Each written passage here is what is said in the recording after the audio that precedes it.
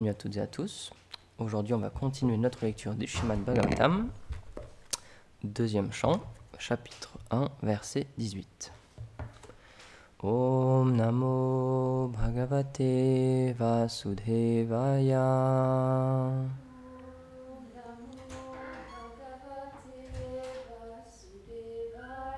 Om Namo Bhagavate Vasudevaya.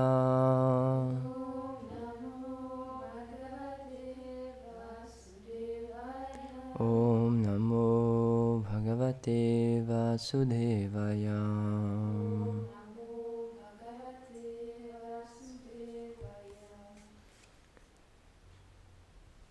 Niyached Vishaye Byokshan Manasa Buddhi Sarati Mana Karma Bir Akshiptam Subharte Dharaye Diyam. Traduction. Avec l'intelligence, entre parenthèses comme le conducteur d'un char, il doit garder le contrôle sur ses sens qui courent généralement après leurs objets. Le mental, distrait par les impulsions qui ont tendance à engendrer des actions, doit être contrôlé par une méditation sur la forme divine du Seigneur, qui est le vrai bienfaiteur du bien ultime. Commentaire. Srila Vishwanath Chakravarti Thakur dit « Par un mental contrôlé, on doit retirer les sens, tels la vue et l'ouïe, des objets des sens, comme le son. Ceci constitue la 5e étape du yoga ou pratyahara, le contrôle des sens. Le mental, dont l'assistant est l'intelligence, qui sert à discriminer, doit ensuite se concentrer par l'intelligence sur la forme du Seigneur. Telle est la 6e étape ou dharana, la concentration.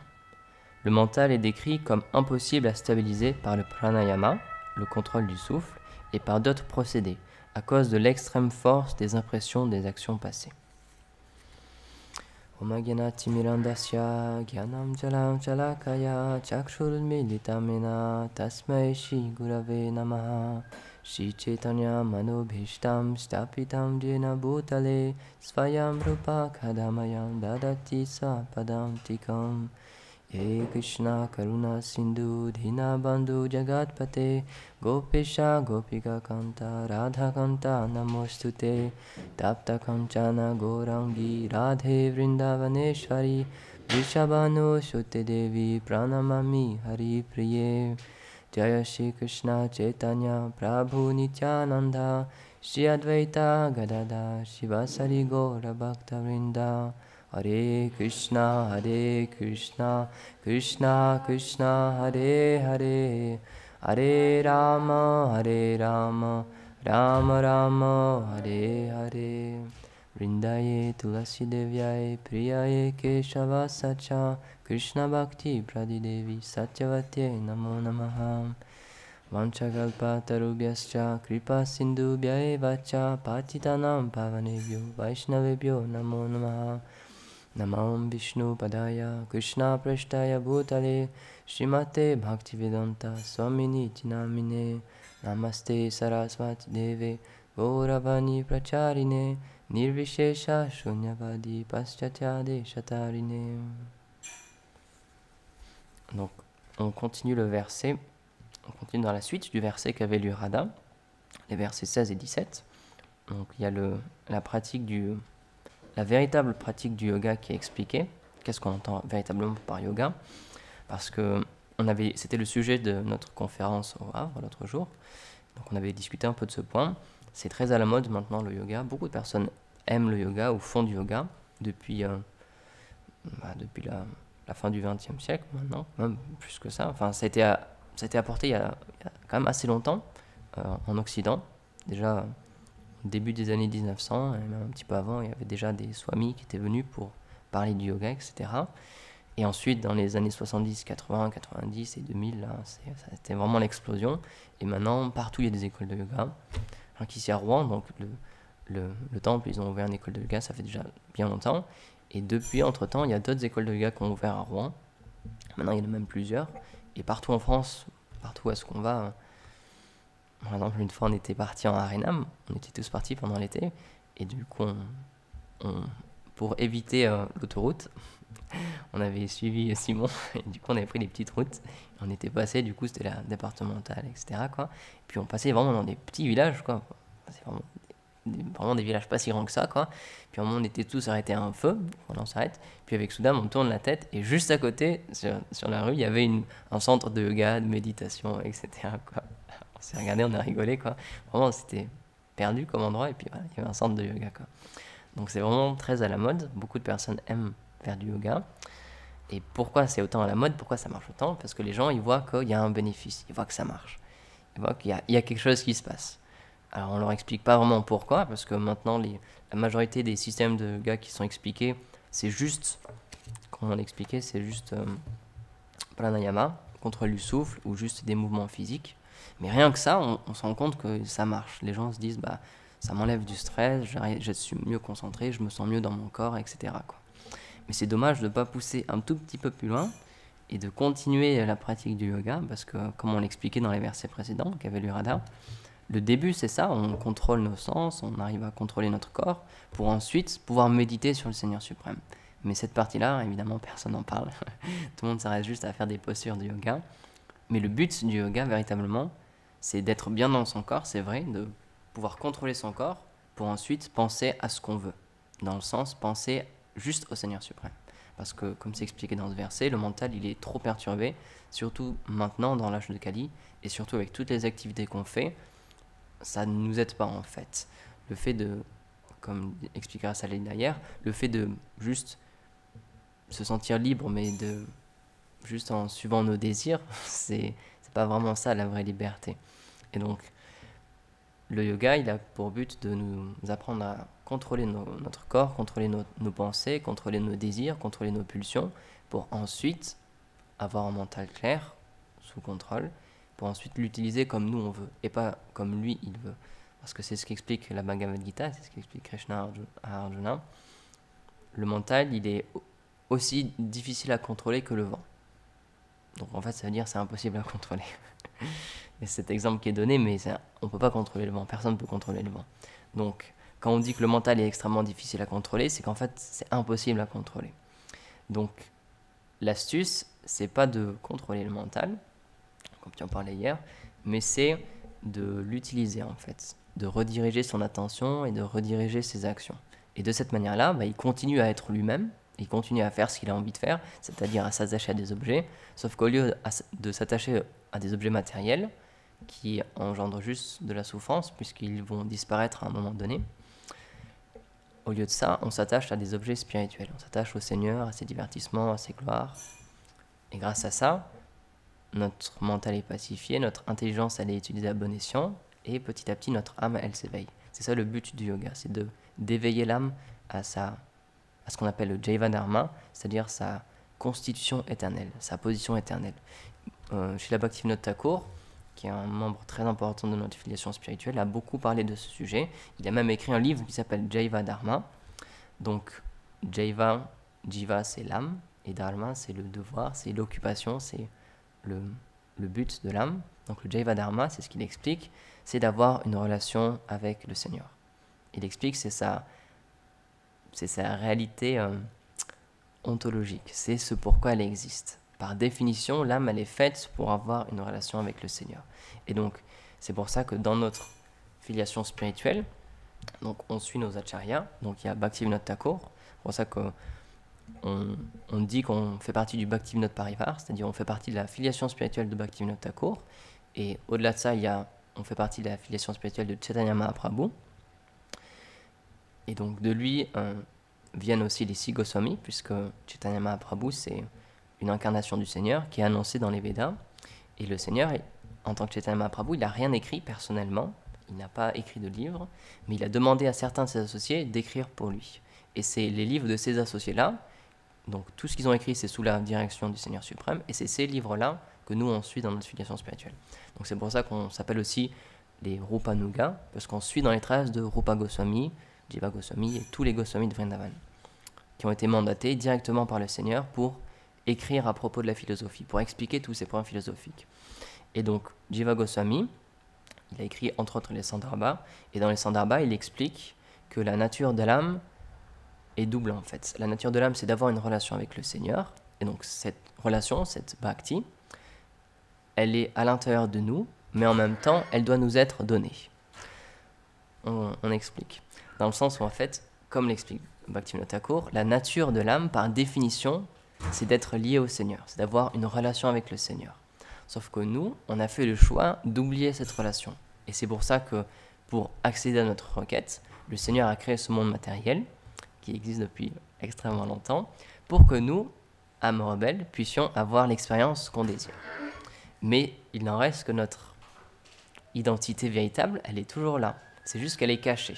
Donc c'est pour ça qu'on dit que la bhakti, elle est inhérente, et toutes les âmes spirituelles, elles ont la bhakti, mais c'est juste recouvert. Il explique, c'est comme sous la forme d'une graine. Et lorsque cette graine, elle est nourrie, et c'est pour ça qu'on dit qu'on doit l'obtenir par l'extérieur, lorsque cette graine, elle est nourrie par les gloires du Seigneur, justement, par tout ce qui touche justement à notre relation éternelle avec le Seigneur, alors notre bhakti s'éveille, et notre relation avec le Seigneur s'éveille. C'est pas qu'on obtient notre relation avec le Seigneur, c'est pas qu'on nous la donne, c'est qu'elle s'éveille. Elle est déjà présente là, sous une forme de graine, et petit à petit, en pratiquant une vie spirituelle, en pratiquant le service de dévotion, ce qu'on appelle le bhakti yoga, alors cette relation va s'éveiller. J'avais déjà donné cet exemple, c'est ce qu'explique Narayan Maharaj. Il dit, on peut prendre une image, on peut prendre un exemple. Si quelqu'un plante différentes graines de différents arbres, une graine d'un cerisier, d'un manguier, etc., et qu'il les met au même endroit, sur les berges de la même rivière, et que tous les jours, il les arrose avec la même eau, et ben en grandissant, ces graines elles vont donner des arbres différents. Pourtant, ils étaient situés au même endroit, ils ont reçu la même quantité de soleil et la même quantité d'eau, et qui prenaient de la même source. Pourtant, en grandissant, ils ont tous donné un corps différent et des fruits différents ensuite. Il y a eu des mangues, il y a eu des abricots, etc. Il donne cet exemple, et il cite même dans les écrits de Bhaktivinoda Thakur, il dit, c'est ce qu'explique Bhaktivinoda Thakur, dans une de ses histoires, il y a deux personnes, il y a deux disciples qui ont pris refuge d'un même maître spirituel, et petit à petit, en redécouvrant leur relation avec le Seigneur, en développant leur bhakti, il s'est trouvé qu'ils avaient tous les deux relations différentes avec le Seigneur. Une personne était dans ce qu'on appelle Sakyaras, donc c'est la relation d'amitié, et l'autre c'était Madhuryaras, la relation amoureuse. Et pourtant, Narayan Maharaj dit, dans cette histoire-là, ils ont eu le même maître spirituel, ils étaient aux mêmes classes, ils ont eu la même nourriture, pourtant tous les deux ils se sont éveillés de manière différente. Donc c'est pour ça qu'on dit que la bhakti, elle est inhérente. On a tous une relation unique avec le Seigneur qui est déjà là, qui est déjà prédéterminée, mais il faut juste qu'on l'éveille. En ce moment, elle est endormie, et comme on l'explique là, elle est recouverte par toutes nos activités passées. Et c'est pour ça qu'on ne peut pas s'en souvenir, parce qu'on a voulu l'oublier.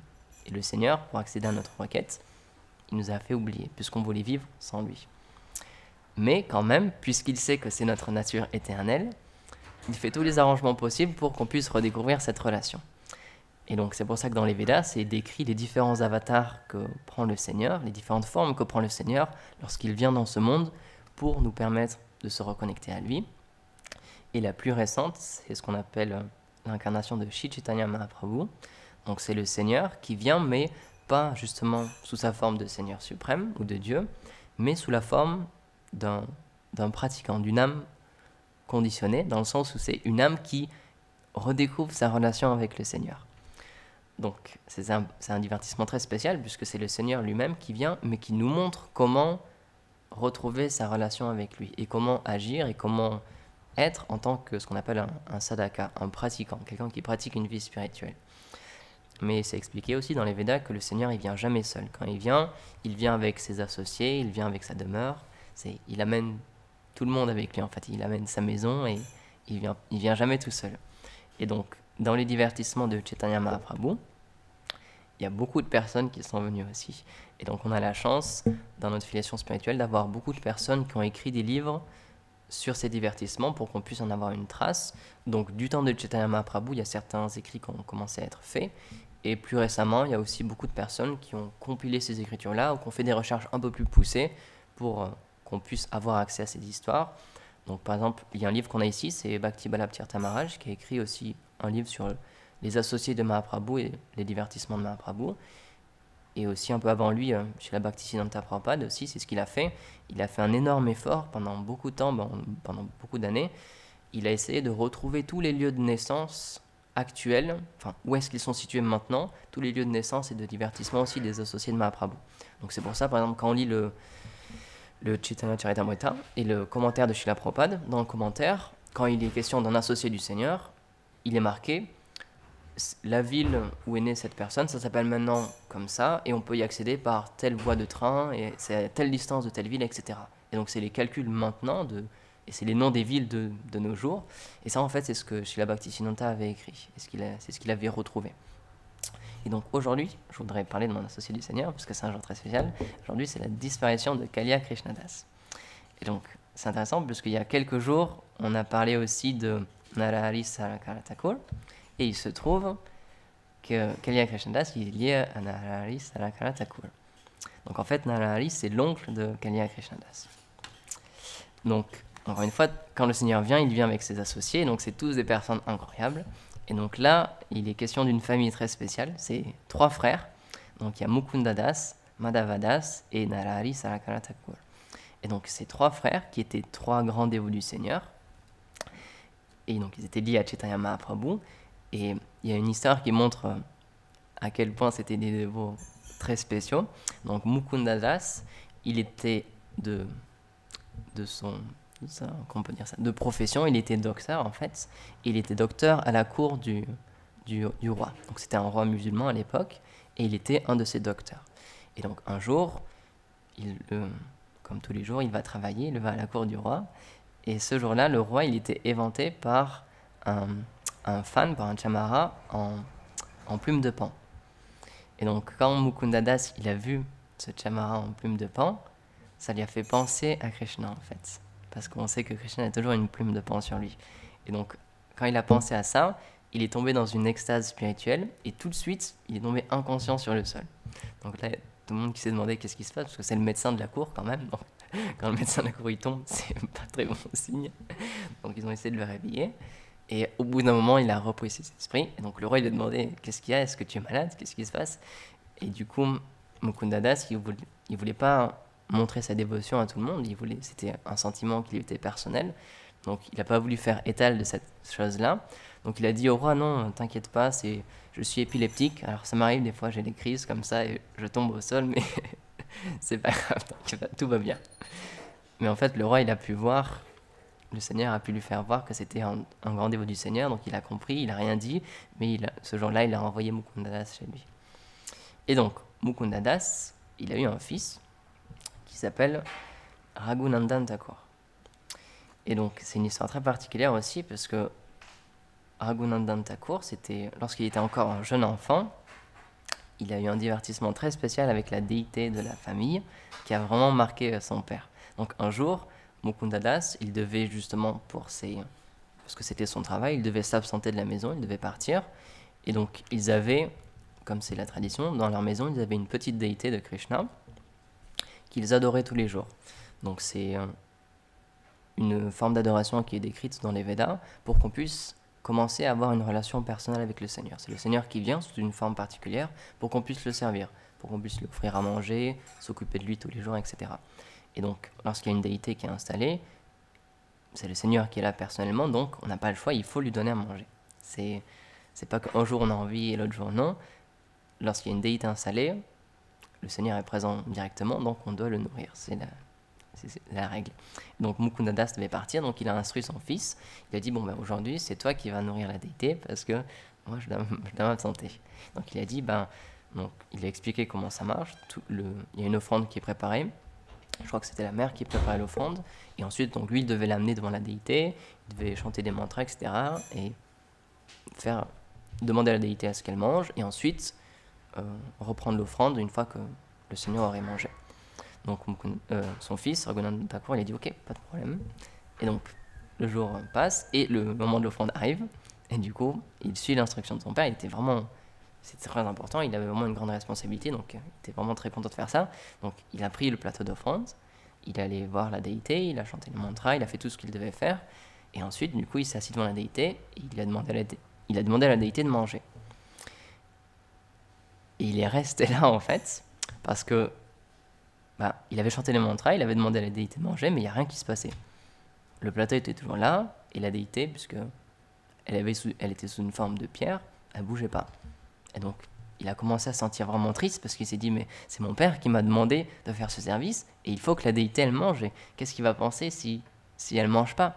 Et donc, il a commencé à pleurer en fait. Il a ordonné, il a répété à Krishna, il a dit, s'il te plaît, mange, mange, mange, mange, mange. Et il pleurait tellement fort que la déité, en fait, Krishna, sous la forme de la déité, en voyant ces pleurs-là, il ne pouvait pas rien faire, puisque c'est expliqué que le Seigneur, il est lié avec l'amour de ses dévots. Et donc, il a commencé à bouger, il a commencé à prendre ce qu'il y avait dans les assiettes, il a mangé toute l'offrande. Et donc là, Raghunath Thakur était satisfait.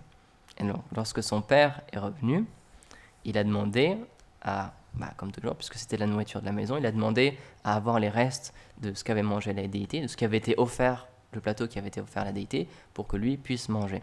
Et donc là, son fils, il a dit, il a tout mangé, puisque tu m'avais demandé de donner à manger, et du coup, il a tout mangé. Et donc là, son père, il n'a pas vraiment compris, parce que ce qui est expliqué dans les Védas, encore une fois, c'est que le Seigneur vient sous cette forme-là, il vient sous la forme d'une déité, et lorsqu'on lui offre à manger, c'est pas physiquement qu'il mange, c'est notre cœur, en fait, c'est nos émotions, c'est le sentiment qu'on a mis dans la nourriture, c'est ça qu'il mange. Et d'habitude, c'est ce qui se passait avec cette déité, et avec toutes les déités, on présente à manger, et avec dévotion, on offre au Seigneur, on lui demande de manger, on part, on le laisse manger, et lorsqu'on revient, c'est ce qu'on appelle prashadam, la nourriture a été offerte, et le Seigneur l'a acceptée, et ensuite, nous, on peut la manger. Sauf que ce jour-là, Raghunath Thakur, il avait pleuré avec tellement de force et tellement de dévotion, que pour une fois, la déité s'était mise à manger réellement, physiquement. Et donc, son père, il n'avait jamais vu ça, donc il se demandait un peu ce qui s'était passé. Donc, il a demandé à son fils de refaire une offrande au Seigneur, et cette fois de lui offrir des ladous. Donc, c'est des petites sucreries. Et donc, sauf que cette fois, il est venu dans la pièce aussi, il s'est caché en fait dans la pièce pour voir qu'est-ce qui se passait. Et donc, de la même manière, son fils est venu, il s'est assis devant la déité, il a chanté des mantras, etc. Et ensuite, il a tendu la main et il a dit « mange ». Il a demandé à la déité de manger. Et encore avec tellement de dévotion que Krishna, il était obligé encore une fois de commencer à manger. Mais c'est expliqué qu'il avait déjà tellement mangé avant qu'il n'avait plus vraiment faim, Krishna, et du coup, il a pu manger juste la moitié du ladou. Et donc, quand son père, il a vu ça, il a compris que son fils était quelqu'un de très très spécial, qui avait vraiment une dévotion extrêmement puissante. Et donc, après ça, il a pris son fils sur les genoux et il l'a pleuré, il l'a baigné de ses larmes et il l'a remercié d'avoir fait cette chose-là. Et c'est expliqué que de nos jours, il y a toujours cette moitié de l'ado qui est gardée dans un temple en Inde, quelque part. Et donc ça, c'est l'histoire de Mukunda Das et de son fils Raghunath Thakur. Et donc, chaque année, Mukunda, Madhava et Narahari, donc les trois frères, ils allaient à Jagannath Puri pour voir le Seigneur Chaitanya Mahaprabhu. Et donc, Chaitanya Mahaprabhu, puisque c'est quand même le Seigneur suprême, c'est un mot qu'on a vu hier, Trikalagya, il connaît le passé, le présent et le futur. Donc il savait ce qui s'était passé dans la maison avec Raghunath Thakur. Du coup, il a demandé à son père, il a demandé à Mukunda Das, il a dit « Mukunda, qui est le père et qui est le fils? Est-ce que c'est toi qui es le père de Raghunath Thakur ou est-ce que Raghunath Thakur est ton père ?» Et donc, Mukunda, il a dit « Oui, tu as raison, en fait, mon fils, Raghunath Thakur, en fait, c'est lui mon père. Parce que c'est lui qui m'a montré la dévotion pour Krishna. Et donc, c'est pour ça qu'il est considéré comme mon père. » Et donc, Chaitanya Mahaprabhu, il a dit « Oui, c'est ça, tu as raison. » C'est expliqué que la personne qui donne la bhakti, qui donne l'amour pour Krishna à quelqu'un, qui l'enseigne sur cette voie-là, c'est véritablement le père. Et donc, il était très satisfait d'avoir vu cette chose-là. Et un petit peu plus tard, donc Raghunath Thakur, quand il a grandi, c'était un associé de Mahaprabhu aussi, évidemment. Et un jour, dans un autre village, parce qu'eux, donc, ils habitaient à Shrikanda, un jour, il était avec d'autres associés de Mahaprabhu et il faisait un grand kirtan dehors et il chantait et il dansait. Et un jour, il dansait avec tellement d'extase que son bracelet de cheville s'est détaché en fait. Il a volé dans les airs et il a atterri plusieurs kilomètres plus loin. Et il a fait l'impact a créé un trou en fait. Et il y a un kund qui est apparu à cet endroit-là. C'est un kund qui existe toujours en Inde, qu'on appelle Nupur Kund. Parce que Nupura, c'est les bracelets de cheville. Et à cet endroit-là, donc c'était dans la ville de Katwa, et à cet endroit-là, c'est là où Kaliya Krishnadas habitait. Et donc c'est expliqué que tous les jours, Kaliya Krishnadas, puisqu'il savait ce qui s'était passé, il faisait son bhajan à côté de Nupur Kund. Et donc maintenant, toujours à Katwa, il y a comme un temple aussi, c'est là où faisait, enfin, c'est pas vraiment la maison de Kaliya Krishnadas, mais c'est là où il habitait, c'est là où il faisait son bhajan, etc. Il y a toujours un temple qui est là, qu'on peut visiter. Et un petit peu plus tard, Kaliya Krishnadas, donc c'est la génération d'après, c'est les enfants. Donc Kaliya Krishnadas, il a accompagné Janavadevi aussi quand elle est arrivée du coup à Katwa. Et donc il faisait partie des associés aussi de Janavadevi. Et pas juste ça, c'est expliqué que Kaliya Krishnadas, c'est aussi quelqu'un de très spécial, puisque c'est un associé de Nityananda, c'est un associé éternel de Nityananda, et on explique que c'est un des 12 Dvadasa Gopa. Donc les Dvadasa Gopa, c'est les 12 associés principaux de Nityananda Prabhu, et c'est, puisque c'est expliqué que dans les divertissements de Mahaprabhu, Nityananda, il joue le rôle de Nityananda Prabhu, mais dans le divertissement de Krishna à Vrindavan, c'est expliqué que c'est Balaram. Et donc de la même manière, lorsque Nityananda Prabhu vient, il vient avec, puisque Balaram est un pâtre, il vient avec 12 pâtres principaux, qui sont les 12 pâtres principaux de Vrindavan.